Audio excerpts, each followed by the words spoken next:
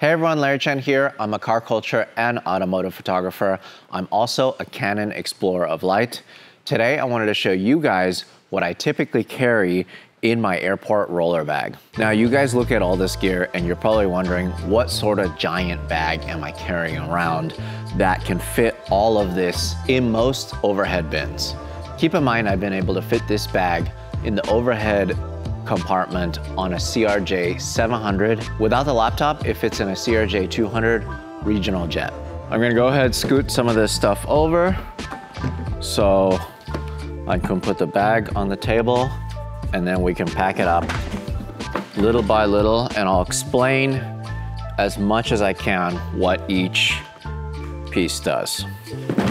So here's the Think Tank photo roller bag that I use. This is called the Airport International because typically this will fit on the overhead bin on pretty much any international flight. They do have one size that's a little bigger called Airport Legal, which is the legal limit to what you can fit on the overhead bin. All right, so this is my empty Think Tank photo bag. Up here, I have a lot of the accessories that I use all the time. Cables, little batteries here and there for my remotes, Band-Aid, earplugs, extra memory cards, audio cables, and my credentials. I won't take this out, but I figured I'd show you guys that I can fit a bunch of stuff here. So then what I typically do, I put the small things in first, like I'll go ahead and put the batteries in these little nooks that get created from like the handle and a bunch of other pockets on the bottom here.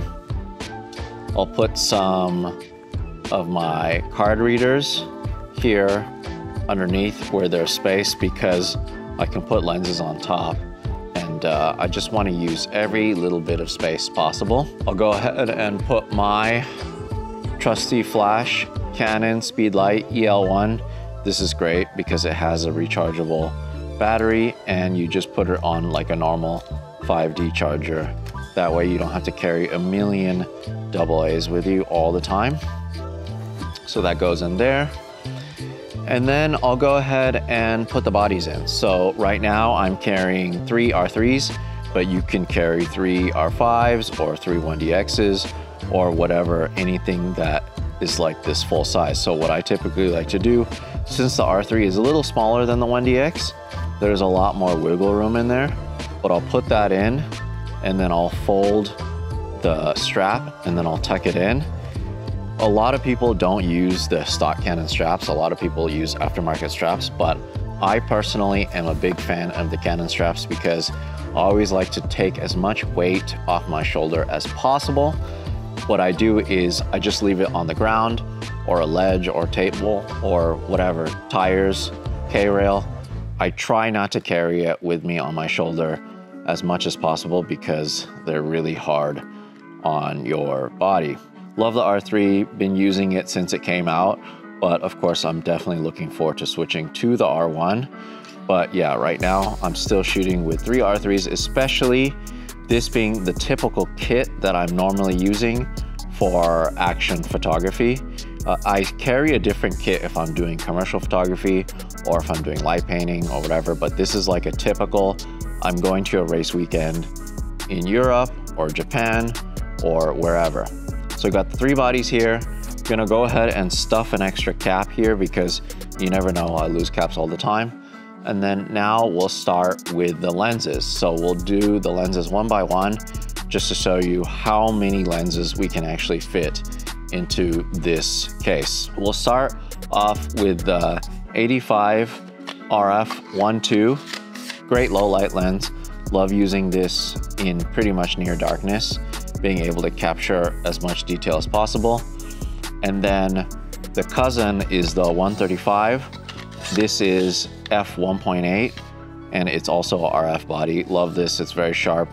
There's a little bit more length, but the separation is excellent. It's so much better than the 7200 in terms of separation, but it's so nice to use. It doesn't have the range, of course, than the 7200, but I love using this in the daytime or at night. I'll go ahead and put that there. And then so what I do on this space is I stack 2 lenses.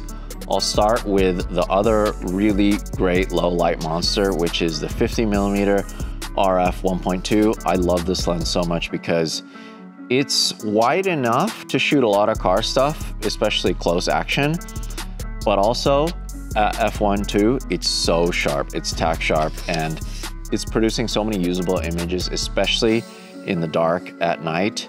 This is a great lens to use. What I do is I lay this sideways, and because there's this area where the wheels are, it kind of narrows, but honestly, this works perfect.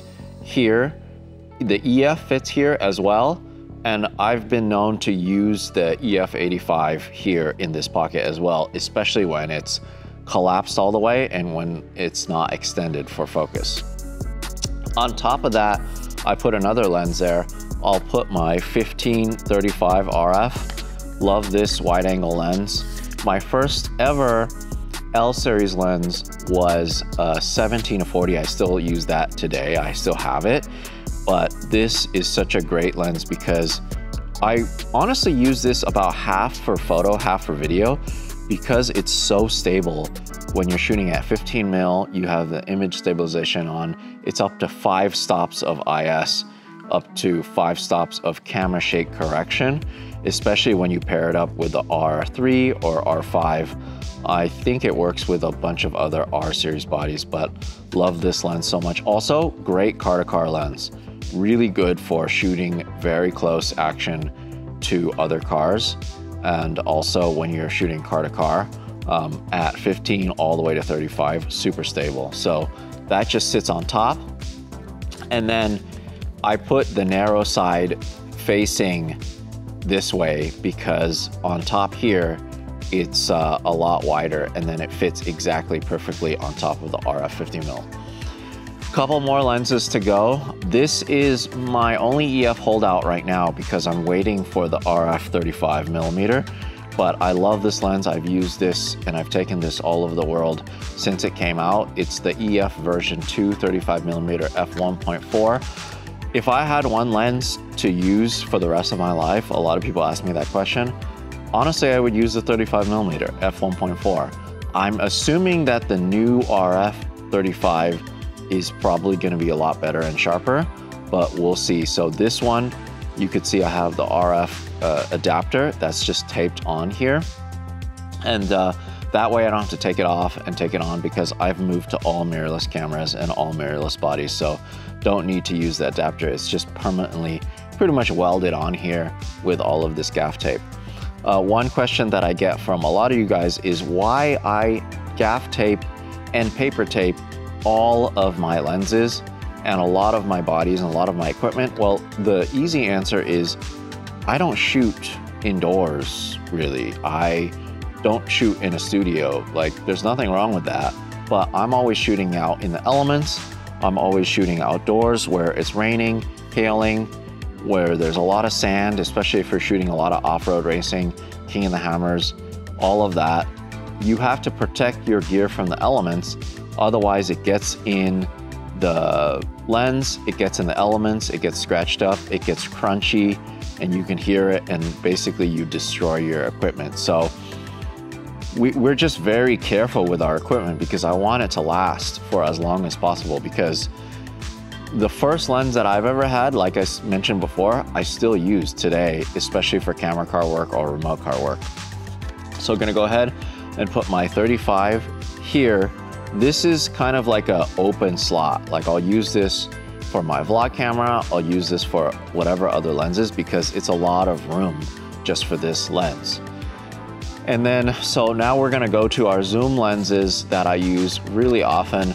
This is honestly for me the best walk around lens and also the best car-to-car lens because of the range. 24-70, if the cars aren't coming too close, you don't need that 15mm. It's super stable. It does have image stabilization and it's 2.8. This is honestly the best lens for shooting close action, especially if you're shooting drifting and they're drifting really close to you. This is very useful for close action. So I'll go ahead and I'll slip that here in this pocket. that's in between all the bodies. And then my very versatile, like this is the lens that you have to have in your kit if you are an automotive photographer. I tried my best to not use a 7200 for many, many years. Like so many years of my career, I was like, you know what, I'm gonna hold off. I'm gonna hold out and I'm not gonna use a 7200. I'm just gonna use a 135 and I'm just gonna use 85, 50, whatever, all the fixed focal length lenses. And I wanted to be that guy that was like, oh, I only shoot fixed focal. Well, I feel like I lost out on a lot of potential shots. You know, I really love the fact that this is so versatile and this is just a lens to get good shots. Good staple shots, and also it's so lightweight now. The previous generation EF ones were so heavy, so this RF one, very, very light and very compact. So this saves me so much room. The EF one used to take up this entire space with the hood flipped backwards, and with the tripod collar, it would fit just right here and you could barely put anything else here. But because this is so small, this hood actually fits right in this little area here. There's like this hump that it fits just around, and then it allows me to carry so many more accessories and things in my main camera bag. So a couple other things that I wanted to put here in terms of accessories. I just wanted to show you what else I can put in this bag. I'll put a little bit of audio equipment here and I'll carry the rest of my other vlogging and audio equipment in my backpack. So I'll go ahead and put my Rode Wireless Pro 2 setup here, which is the only labs that we use now because these are great. These start recording instantly as soon as you pull them out. So we're not sponsored by Rode at all, or we don't work with them. I bought all of this stuff, but it's just so good. I just want to promote them and I want them to succeed because I want them to come out with the next version of this and I want to use it. It's just so good for audio, and it comes with these wind socks so you can film when it's windy. But as soon as you pull these out, it starts recording automatically as a backup. And then I also record to this external recorder test cam. So that way we kind of have 3 layers of protection in terms of getting audio. We always lose audio because it's just something that can be easily overlooked. So we're recording on this, we're recording 2 levels on here just in case it peaks, and we're also recording on the camera. So that's 3, technically 4 sources. So we got our base layer set up here. And then what I like to do is I'll go ahead and put my filter pouch on top of that. So these are pretty much mostly clears, and I'm missing an ND here, but all of the lenses I have right now are set up for daytime use. So they all have their CPLs on, circular polarizers, but as soon as I switch to night mode, I'll have to go in and change each one of these. And the question is, why is it that I'm always running these filters? Well, these filters are an extra layer of protection because we get hit with debris, we get hit with dust, we get hit with everything, rain. I've been rained on so hard many times where I'll pour the lens out and it's like I'm pouring out a cup of water. It's that much rain. So go ahead and put this on top of here, and then I'll put my mouse here because I'm old school like that and I like using a mouse. I'll put a power cord here. That's for my MSI laptop. And then what I typically do, I don't have it with me now, but I'll have the MSI laptop power adapter here on top of the filters. I got some extra USB plugs if I need it. Extra dongles, I'll put that there. I'll go ahead and put my extra memory cards just right on top of this lens. There's a couple other places I can put it. I could put it right here. I could put it here, but this is nice. This is a Think Tank memory card wallet. And this is, I think this might be the first one that I ever got from Think Tank many years ago. And it's, I think, designed for CF, but it works for CF Express or SD cards or whatever. So I'm gonna go ahead and put that here. And then that pretty much completes the main compartment it's quite the shock for any TSA agent or anybody who's checking my bag, because they open this and they're like, oh my God, there's just so much camera equipment in here.